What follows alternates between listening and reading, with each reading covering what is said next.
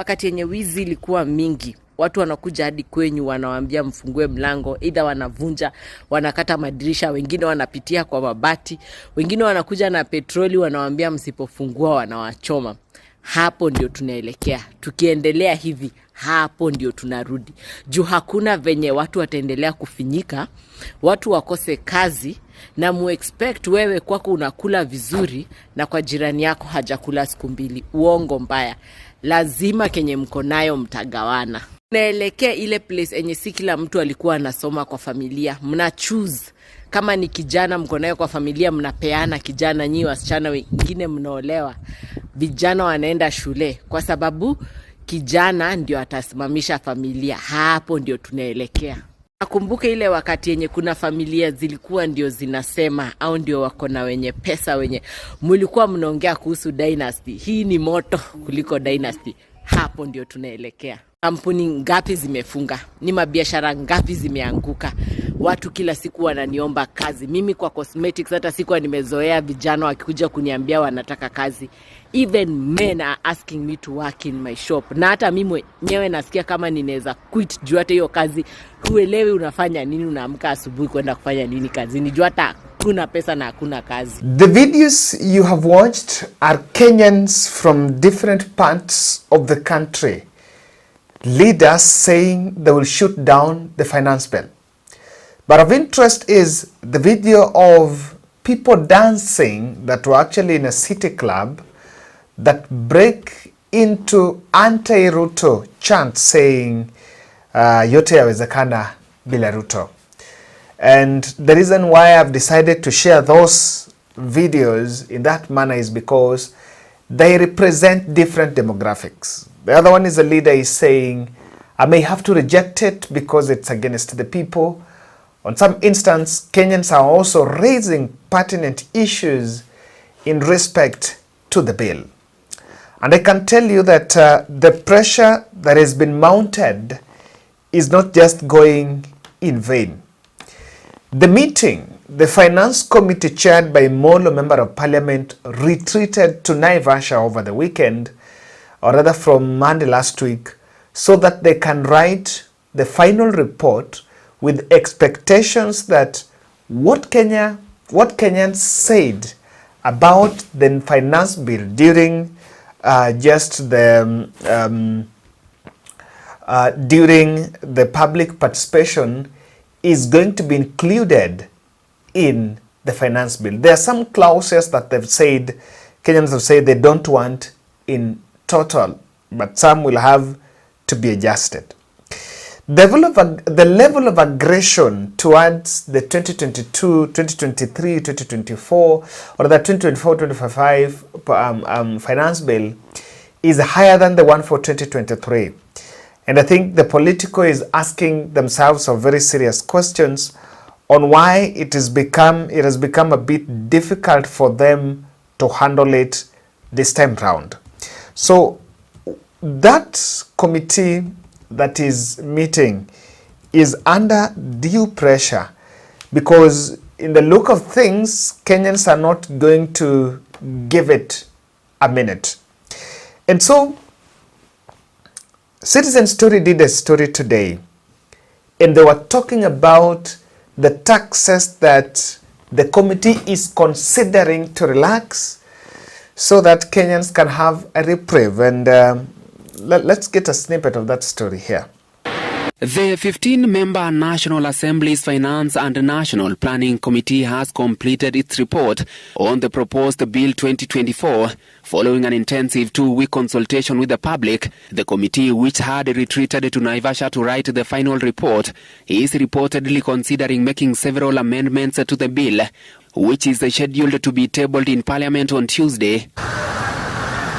The amendments include the removal of several controversial clauses, such as the proposed motor vehicle tax, money transfer and internet tax, eco-levy tax, and excise duty on bread and vegetable oil. A committee source speaking to Citizen TV revealed that the amendments were made after listening to the public, who unanimously rejected the contentious clauses, terming them as punitive. The motor vehicle tax, which was introduced under income tax, is also considered misplaced, and instead the government may resort to the road maintenance levy as the option. Tumewasikiza Wakenya kupitia njia ya kukusanya maoni ya Wakenya, public participation, which is a constitutional imperative. Na tutarekebisha ule mswada kufuatia yale Wakenya wamesema. I want to assure all Kenyans, ile maoni yote wamepeana kwa mambo ya finance, kwa mambo ya kodi ya mkate, kwa maneno ya kodi ya gari, kwa maneno ya ile kodi ingine ama ile ingine, ile mambo yote Wakenya wanamesema, kama viongozi sisi tunaheshimu hiyo yote.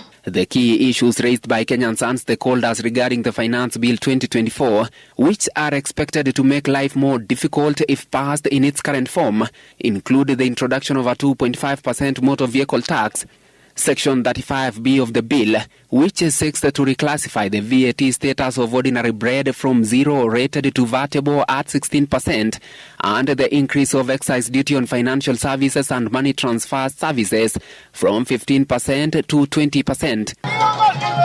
Despite the changes, political opposition to the bill persists. Now, I looked at that, then I just went to Twitter and found Mutahi Ngunyi was trending. And he did a Twitter question, what is wrong with Finance Bill 2024? Answer is, it is bad because it is not good. But who told you this? Some activists with brains of an ox. Did you know that revised Finance Bill has removed tax on cars, bread, edible oils and eco-levy? Ruto listens. So that is what Mutahi Ngunyi is saying, that some taxes have been relaxed. Of course, that will be expected, but there is something we just need to wait for the final document, because the likes of Mutahi Ngunyi and of course some of these stories can just be done so that they cool down the pressure, or rather they cool down the aggression on Finance Bill, because from what Mutahi Ngunyi is saying, what does he expect, or what is he saying? He's saying that those planning to protest against Finance Bill should hold on, because some of those taxes that they were complaining about have been scrapped. But I want to tell you, Kenya Kwanza is very cunning. What they will do is what they did in the last Finance Bill. You know, the last Finance Bill, the country spoke about housing levy, not knowing that there's a farm produce tax. So whichever has been put there that Kenyans have shown so aggression about, it can be relaxed or even scrapped in total, but then something else introduced. Because let me tell you, this country, we've already done a budget of 4.1 trillion. So whichever way, and out of that 4.1, the budget estimates that were read in Parliament, 2.9 is supposed to come from taxes. And that is what Kenya Kwanza had envisioned. So even if they relax this, remember, they had an ambition to collect 2.9. So with alternative, for us to get convinced, they will try to do purchase here and there so that they reach that deficit. But I think the pressure is within. If you can hear of someone thinking of William Ruto for the first time, thinking that I can relax some taxes, then you will need to agree with many of us that say that probably the pressure worked. Public continues to revolt. And one thing I'm so keen about is whether William Ruto will commit a mistake that they did in 2023, where they decided that what you say, what you think does not matter. But remember, Kenyans are taking stock. I've been having this video in my desktop here. One person, some gentleman here was appearing in Spice FM and was saying the president should know that Kenyans are done with him. I think the president needs to know that Kenyans are done with him. Completely. Done with him? Completely. What do you mean? He cannot dictate us. The president cannot dictate us. The Constitution in Chapter 6 says authority given to a state officer is to serve, not to rule. That's a constitutional provision in Article 75 of the Constitution. But I've seen in this country where the president is even building, today I've kept away from mentioning names, but you and I know that you can't build on public land and sell to private owners. You don't need a degree in law. You don't need to be a professor. The houses that were built in Kaloleni and in Makongeni and in Shaurimoyo and in all these places are still public on government land, you can't sell them. You cannot sell them. So when the president stands on top of vehicles and tells people that he is going to build houses and sell, he knows he's lying. And I don't know why Kenyans are allowing him to do that. Oh my God. The second thing that I have to say about leadership is that we all know that housing is a devolved function. Right now, I'm getting calls at the office from all over the country that this KRA militia, they call them marshals, are harassing them in their farms. They are counting the animals. The national government, under the Constitution, is not allowed to charge cess. The national government cannot collect cess. The county government. It's only the county government can do. So why are we even having these conversations in this country? In the first place. It is not supposed to be going on, all right? So the citizens of this country should get a bit serious. So civic education is what needed. tells people what the county government functions are, what the national government functions are. But that so you whose cannot job build on is land. that? It is the job it? of the state. But in a country where, since independence, we've had governments where, and let me say this on because people do not know it. In this country, 6 families and 8,000 Kenyans, 6 families and 8,000 Kenyans control 90% of the GDP. 90% of the GDP. It's controlled by 8,000 people. 6 families. 6 families and 8,000 people. They control 90%. We are not a country. We are a plantation. We live in people's... we are not a country. We are a plantation. We are not worse. We are not better off than what used to exist in the medieval times when there was slavery and... because we work for Ruto. We work for these 8,000 guys. 6 families. That's why they can afford to buy houses in Dubai at the cost of 210 million, 207 million. That's why Ruto's ministers can import edible oil and evade and lose, the country loses 11 billion shillings like that. This is why a government minister writes and says, I want 17 billion to buy to pay oil subsidy. And that money is withdrawn from the consolidated fund, which is criminal and illegal, which is treason, and it's happening. The reason the president can order, Eric, the president can order and tell Parliament, if you don't pass that finance bill, mutaniona, is because he knows from the intelligence that 80% of those guys have cases and criminal records. And if they do not give him his bill, he is going to just order a lot of them to be rounded around. Unleash files. And you'll unleash files. So if you do not elect men and women of credibility to these houses, those institutions will not function. So civic education, political education is very fundamental to changing the quality of citizenship. Because once you change the quality of citizenship, you change the quality of leadership, the quality of policies, the quality of programs, and corruption vanishes. And then the country flourishes.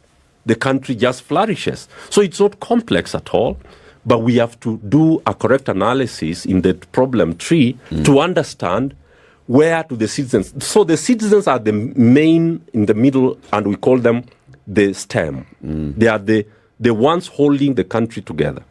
What they do in the middle, in terms of this corruption, in terms of this ukabila, tribalism, and in terms of this problem of religion, Religion is a problem in this country. You have a problem with religion? I don't have a problem with religion, but the kind of religion that is practiced in this country. All right? Even in Germany, during the Hitler Nazi time, we know that there were nearly 18,000 churches. Only 3,000 churches said we can't allow this kind of persecution and killing of people simply because they are Jew.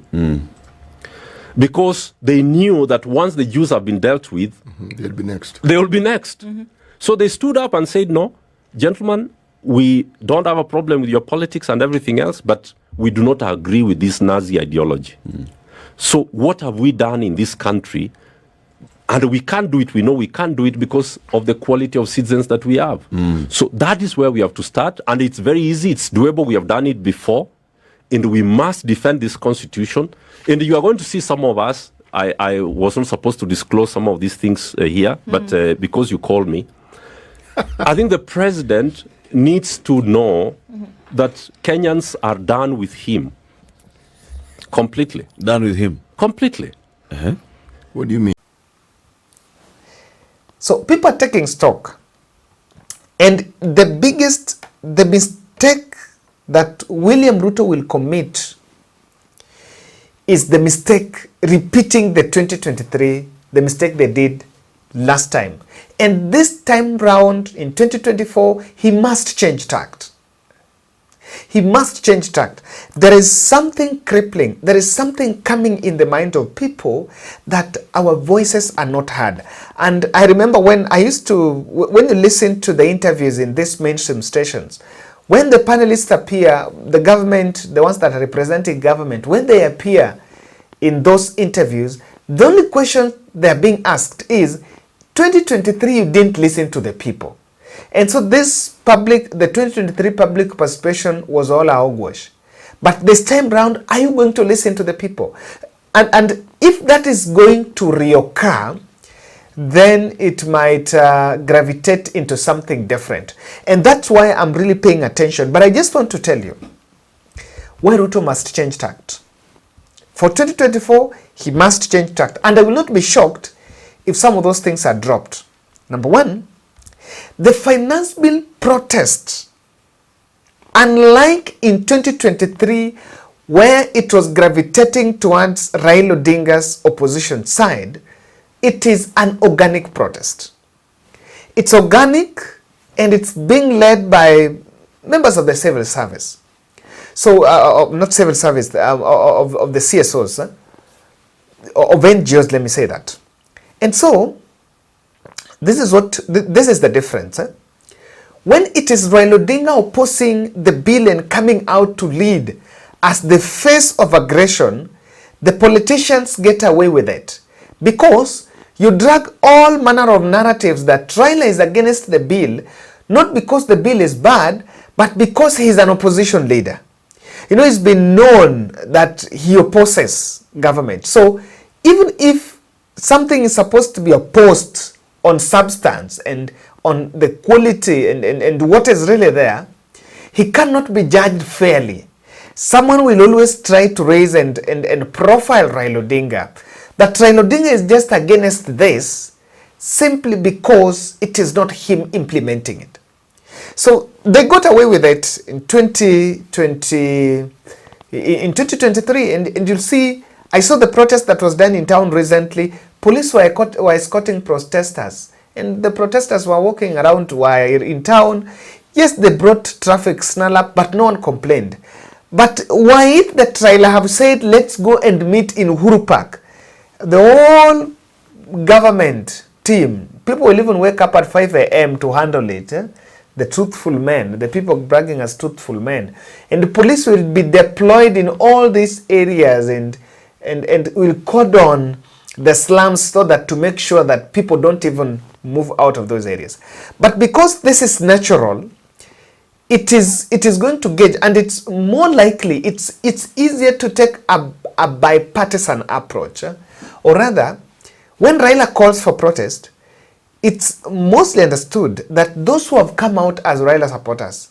But if it is called by Boniface Mwangi is neither Azimio nor Kenya Kwanza, but is also someone who is against someone who is a public figure. So I think that is why I believe you need to take a different approach. Number two, in 2024, the protest is not on street.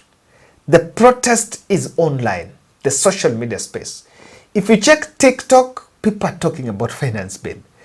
Now, if that is a video in the club, people are dancing and they are saying they can do without Ruto. Remember the tax is also supposed to cut into alcohol. So the social media revolution is attracting a very special demographic, the youth, the smartphone generation rather than Generation Z. The Generation Z are the ones that are going to vote in 2018 if they decide to. So the ones who are going to vote in 2018 are people that were born in 2010. That is our, not 2010, 2008. By the time there was that post-election, 2009. So from 2009 downwards, they are going to vote for the first time. All these fellows seem to have smartphone. They could be in college and here. And this population, because of internet penetration, they are following these discussions. They are looking them into the memes. They're even using memes. So I think that is why Ruto has a big problem, and to make sure that you really do the best. Lastly, accountability on what you have collected in the past is the problem. And that's what I normally summarize by saying our problem is not collection, our problem is expenditure. Why even some MPs are going to oppose? Because there were taxation policies that were rolled out last financial year. We still didn't meet the target. And even the fact that there is more taxation, you cannot still look through and see this has changed because we were heavily taxed. So the taxation and the development, they don't tally. In fact, services are even being withdrawn. So because of this, it will be wisdom to try to relax some few things here and there. Thank you.